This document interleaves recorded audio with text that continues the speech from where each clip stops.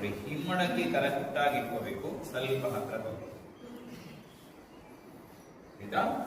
ಮುಂದೆ ಹೇಗೆ ಇಲ್ಲಿಂದ ನಿಧಾನ ಮೇಲೆ ಪ್ರೆಸ್ ಮಾಡಬೇಕು ಆಯ್ತಾ.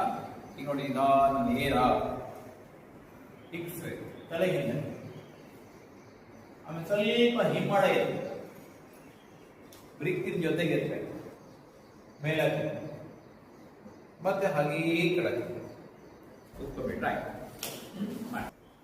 ಹಾಗೆ ಇಳಿ, ನೇರ ಮಾಡಿ, ಕೈ ನೇರ ಮಾಡಿ, ಕೈ ನೇರ ಮಾಡಿ, ಕಾಲು ನೇರ ಮಾಡಿ,